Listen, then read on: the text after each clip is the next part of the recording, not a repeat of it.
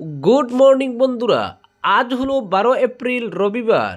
আজকের সকালের বিশেষ বিশেষ খবর হলো আলগাপুর কাটলিচূড়ার ফলাফল নিয়ে জোর চর্চা, যুবাদের সমর্থনে এগিয়ে জুবাইর, কৌশলগত বলে ব্যাকফুটে সুজাম জাকির, ভোটদান শেষ, এখন চলছে হিসাব নিকাশ, কোন প্রার্থী কত ভোট পেতে পারেন, কার কোথায় কী ভুল হয়েছে, এসব নিয়ে চলছে চুলচেরা বিশ্লেষণ। হাইলাকান্দি জেলার দুটি বিধানসভা কেন্দ্রের 27 জন প্রত্যাশীর ভাগ্য 9 এপ্রিল ইভিএমে বন্দী হয়ে গেছে। জেলার দুটি বিধানসভা কেন্দ্র থেকে কোন দুইজন প্রার্থী বিধায়ক নির্বাচিত হবেন তা জানা যাবে আগামী 4 মে। কারা হতে পারেন সেই দুই ভাগ্যবান, এ নিয়ে হাইলাকান্দির অলিতে গলিতে চলছে বিচার বিশ্লেষণ। চায়ের দোকান থেকে আরম্ভ করে সরকারি বেসরকারি দফতর, সর্বত্র চলছে হিসাব মেলানো। প্রত্যেকেই নিজেদের মতো করে অঙ্ক কষছেন। এক্ষেত্রে বিশেষভাবে আলোচিত হচ্ছে 122 আলগাপুর কাটলিচূড়া বিধানসভা কেন্দ্রকে নিয়ে। 2,78,000 ভোটারের এই কেন্দ্রে প্রতিদ্বন্দ্বিতায় রয়েছেন মোট 15 প্রার্থী। এই 15 জনের মধ্যে বিশেষভাবে আলোচনায় রয়েছেন 4 জন প্রার্থী। এরা হলেন কংগ্রেসের জুবাইর এনাম মজুমদার, তিনি হলেন আসাম প্রদেশ যুব কংগ্রেসের সভাপতি। প্রতিদ্বন্দ্বিতাকারী আরেক প্রার্থী হচ্ছেন অসম গণ পরিষদের প্রাক্তন বিধায়ক জাকির হোসেন লস্কর। এছাড়াও প্রতিদ্বন্দ্বিতায় আরও 2 জন প্রাক্তন বিধায়ক সহ আরও প্রার্থী রয়েছেন। প্রতিদ্বন্দ্বিতায় থাকা 2 জন নির্দল প্রার্থী হলেন নিজামুদ্দিন চৌধুরী এবং সুজামুদ্দিন লস্কর।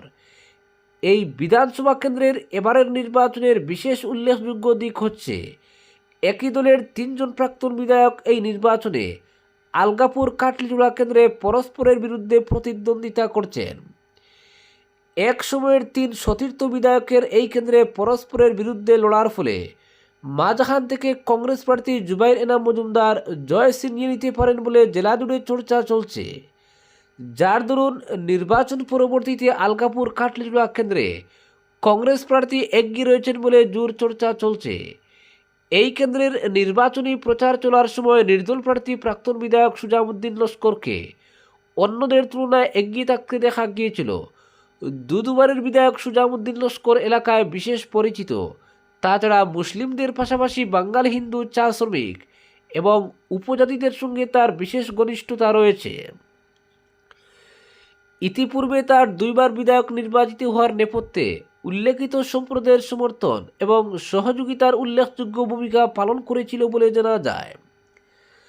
হাইলাকান্দি জেলার একজন জনপ্রিয় বিধায়ক হওয়া সত্ত্বেও এবারের নির্বাচনে কেন সুজামুদ্দিন লস্করকে এত কঠিন লড়াইয়ের মুখে পড়তে হয়েছে, এ নিয়ে জোর চর্চা চলছে হাইলাকান্দিতে। সচেতন ব্যক্তিদের মতে গত পঞ্চায়েত নির্বাচনে ব্যাপকভাবে জড়িয়ে পড়ার মাসুল গুনতে হচ্ছে তাকে।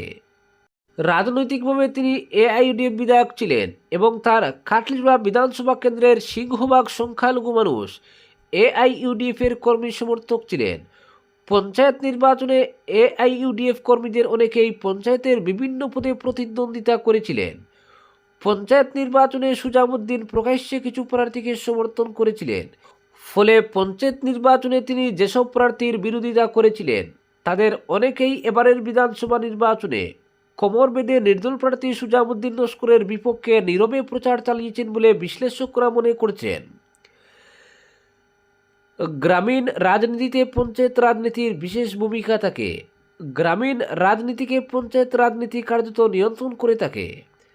আর যেহেতু আলগাপুর কাটলিচূড়া বিধানসভা কেন্দ্রটি গ্রামভিত্তিক, তাই এই বিধানসভা কেন্দ্রের রাজনীতিতে স্বাভাবিকভাবেই পঞ্চায়েত রাজনীতির প্রভাব পড়েছে।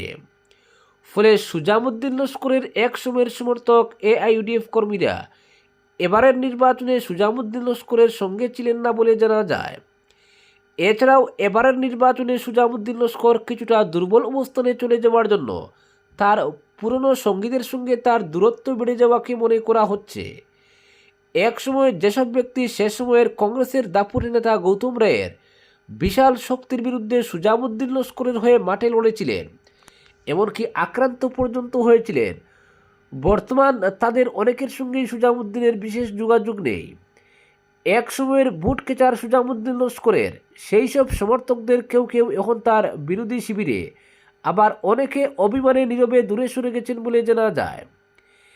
এভাবে এক সময়ের আপনজনের সঙ্গে বেড়ে যাওয়া বিরূপ প্রভাব ভোটের ক্ষেত্রে প্রতিফলিত হতে পারে বলে মনে করা হচ্ছে।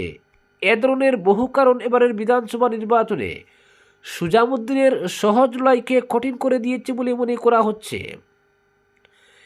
এই কেন্দ্রের মিত্রজোটের প্রার্থী অগপর জাকির হোসেন লস্কর শাসক পক্ষের প্রার্থী হওয়া সত্ত্বেও ভোটের ময়দানে আশানুরূপ প্রভাব দেখাতে পারেননি বলে চর্চা চলছে। সংখ্যালঘু অধ্যুষিত আলগাপুর কাটলিজোড়া কেন্দ্রের 2,78,000 ভোটারের মধ্যে প্রায় 50,000 হিন্দু ভোটার রয়েছেন। অগপ বিজেপি জোটের প্রার্থী জাকির হোসেন লস্করের সিংহভাগ হিন্দু ভোট পাওয়ার কথা, কিন্তু ভোট চর্চা থেকে পাওয়া তথ্য মতে জাকির হোসেন লস্কর হিন্দু ভোটে আশানুরূপ প্রভাব বিস্তার করতে পারেননি শোনা যাচ্ছে। অনেক হিন্দু অধ্যুষিত এলাকায় অগপ প্রার্থীর জনসংযোগ পর্যন্ত হয়নি বলে জানা গেছে। এই কেন্দ্রে অগপ প্রার্থীকে অধিক মাত্রায় বিজেপি নির্ভর থাকতে দেখা গেছে। ফলে জাকির হোসেন লস্কর হিন্দু ভোটে কিছুটা বাগ বসালেও মুসলিম ভোটারদের মধ্যে তেমন প্রভাব বিস্তার করতে পারেননি। ফলে মিত্রজোটের প্রার্থী হিসেবে জাকির হোসেনের হিন্দু মুসলিম উভয় পক্ষের যেভাবে ভোট পাওয়ার কথা ছিল তিনি ততটা ভোট টানতে পারেননি বলে আলোচনা চলছে। হিন্দু ভোটারদের আকর্ষিত করার মতো প্রভাবশালী হিন্দু নেতার উপস্থিতি জাকির হোসেনের ভোট প্রচারে কম লক্ষ্য করা গেছে।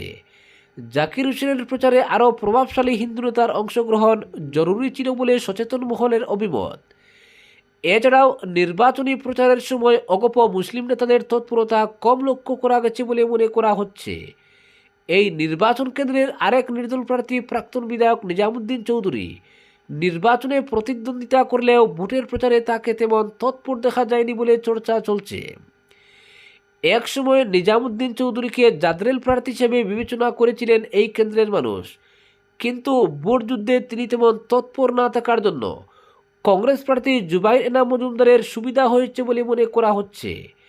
এই কেন্দ্রের নির্বাচনে কম পরিশ্রমে বেশি ফায়দা নিয়েছেন কংগ্রেস প্রার্থী জুবাইর এনাম মজুমদার। একেবারে কম বয়সী প্রার্থী উচ্চশিক্ষিত জুবাইরকে ব্যাপকভাবে সমর্থন জানিয়েছিলেন যুবা ভোটাররা। তাই এই নির্বাচনে আলগাপুর কাটলিজোড়া কেন্দ্রে কংগ্রেস প্রার্থী জুবাইরকে সব থেকে বেশি সুবিধাজনক অবস্থানে থাকতে দেখা যাচ্ছে।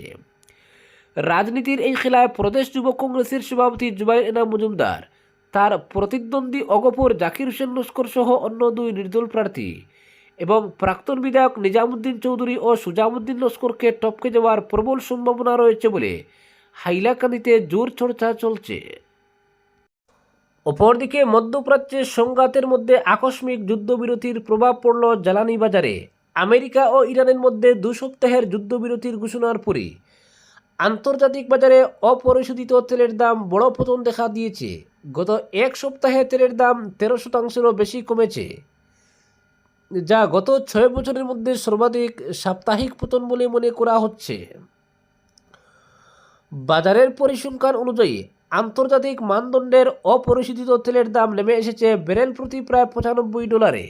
অন্যদিকে মার্কিন মানের তেলের দাম রয়েছে ব্যারেল প্রতি প্রায় $96 কাছাকাছি। যদিও এই পতনের পরও দাম এখনও যুদ্ধ শুরুর আগের তুলনায় প্রায় 30% বেশি রয়েছে। বিশ্বের অন্যতম গুরুত্বপূর্ণ জলপথ হরমুজ প্রণালীকে ঘিরে অনিশ্চয়তাই এখন বাজারের মূল চিন্তা। এই পথ দিয়েই বিপুল পরিমাণ তেল পরিবহন হয়। যুদ্ধবিরতির পর ধীরে ধীরে সরবরাহ স্বাভাবিক হওয়ার সম্ভাবনা তৈরি হলেও এখনও পূর্ণমাত্রায় জাহাজ চলাচল শুরু হয়নি। ফলে পরিস্থিতি কত দ্রুত স্বাভাবিক হবে তা নিয়েই সংশয় রয়ে গিয়েছে।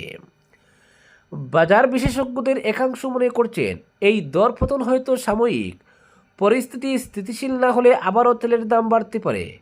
বিশেষ করে নিষেধাজ্ঞা সংক্রান্ত ছাড়ের মেয়াদ বাড়ানো হবে কিনা তা নিয়েও নজর রয়েছে, কারণ এই ছাড়ের ফলে রুশ তেল কেনাবেচার সুযোগ তৈরি হয়েছে, যা বাজারে সরবরাহ বাড়াতে সাহায্য করছে। এদিকে ইসলামাবাদে কূটনৈতিক তৎপরতা বেড়েছে। ইরান ও আমেরিকার মধ্যে আলোচনায় গুরুত্বপূর্ণ নেতারা অংশ নিচ্ছেন। এই বৈঠকের ফলাফলের উপরই অনেকাংশে নির্ভর করছে তেলের বাজারের ভবিষ্যৎ দিশা। তবে সংঘাত পুরোপুরি থামেনি। সাম্প্রতিক হামলায় পশ্চিম এশিয়ার জ্বালানি পরিকাঠামোর ক্ষতি হয়েছে, যার প্রভাব সরবরাহের উপর পড়ছে। সৌদি আরব জানিয়েছে তাদের গুরুত্বপূর্ণ পাইপলাইনে তেল প্রবাহ ব্যাহত হয়েছে। এতে স্পষ্ট যুদ্ধবিরতির পর স্বস্তির আভাস মিললেও অনিশ্চয়তা কাটেনি।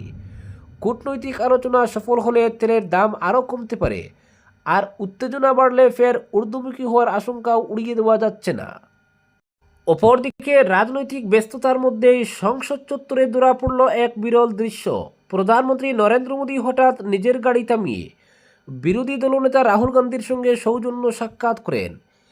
গাড়ি থেকে নেমে কিছুক্ষণ দাঁড়িয়ে দুজনকে কথোপকথন করতে দেখা যায়।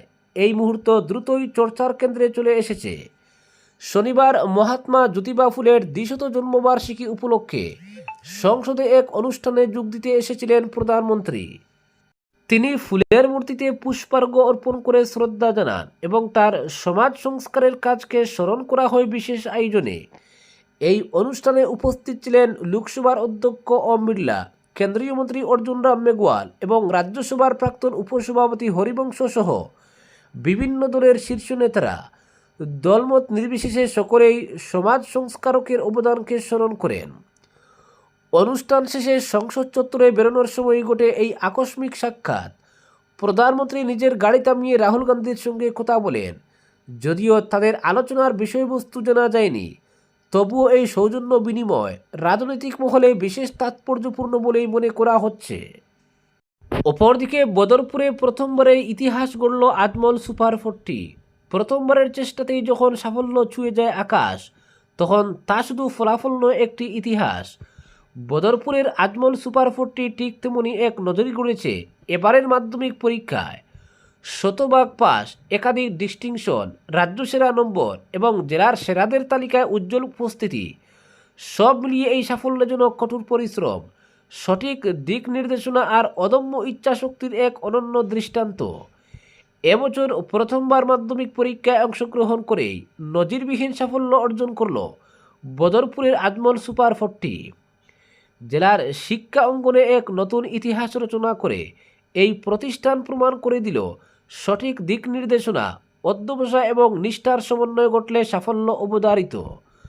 চলতি বছরে এই প্রতিষ্ঠান থেকে প্রথমবারের মতো মোট ২৪ জন শিক্ষার্থী মাধ্যমিক পরীক্ষায় অংশগ্রহণ করে এবং গর্বের বিষয়ে সকলেই কৃতকার্য হয়। শতভাগ পাশের এই সাফল্য শুধু সংখ্যার দিক থেকেই নয়, গুণগত মানের দিক থেকেও অত্যন্ত তাৎপর্যপূর্ণ। উত্তীর্ণদের মধ্যে ২০ জন প্রথম বিভাগে এবং ৪ জন দ্বিতীয় বিভাগে পাশ করে। এছাড়াও ৫ জন শিক্ষার্থী ডিস্টিংশন এবং ৬ জন স্টার মার্কস অর্জন করে। মোট লেটার এসেছে ৬৩, যা প্রতিষ্ঠানের শিক্ষার মান ও ছাত্রছাত্রীদের মেধার স্পষ্ট প্রতিফলন। এই সাফল্যের মুকুটে সবচেয়ে উজ্জ্বল রত্নহলের প্রতিষ্ঠানের ছাত্রী আজরা ফাতিমা চৌধুরী। তিনি ৯৫.১৭% নম্বর পেয়ে জেলার মধ্যে দ্বিতীয় স্থান অধিকার করে প্রতিষ্ঠানকে এনে দিয়েছেন বিশেষ সম্মান। শুধু তাই নয়, ঐচ্ছিক গণিতেও তিনি রাজ্য সেরা হয়ে ১০০-র মধ্যে পূর্ণ ১০০ নম্বর অর্জন করে অসাধারণ কৃতিত্বের পরিচয় দিয়েছেন। তার এই সাফল্য অন্যান্য শিক্ষার্থীদের জন্য এক অনুপ্রেরণার উৎস হয়ে থাকবে। অন্যদিকে জেরিন হাসান বড়ভূঁইয়া ৯৪.৫% নম্বর অর্জনের পাশাপাশি গণিতে পূর্ণ নম্বর পেয়ে রাজ্য সেরা তালিকায় নিজের নাম উজ্জ্বল করেছেন। এছাড়াও মুরাদ মোহাম্মদ আরিফ ৮৯.৫%, কোহিনুর আক্তার বড়ভূঁইয়া ৮৯.১৭% এবং তৌশিদ আলম লস্কর ৮৬.৫% ডিস্টিংশন অর্জন করে প্রতিষ্ঠানের সাফল্যে গুরুত্বপূর্ণ অবদান রাখে। ফলাফল ঘোষণার পরপরই আজমল সুপার 40 বদরপুর ক্যাম্পাসে আনন্দের বন্যা বয়ে যায়। ছাত্রছাত্রী, শিক্ষক শিক্ষিকা, অভিভাবক সহ সকলেই এই ঐতিহাসিক সাফল্য উদযাপনে মেতে ওঠেন। প্রতিষ্ঠানে আয়োজন করা হয় এক সংবর্ধনা সভার।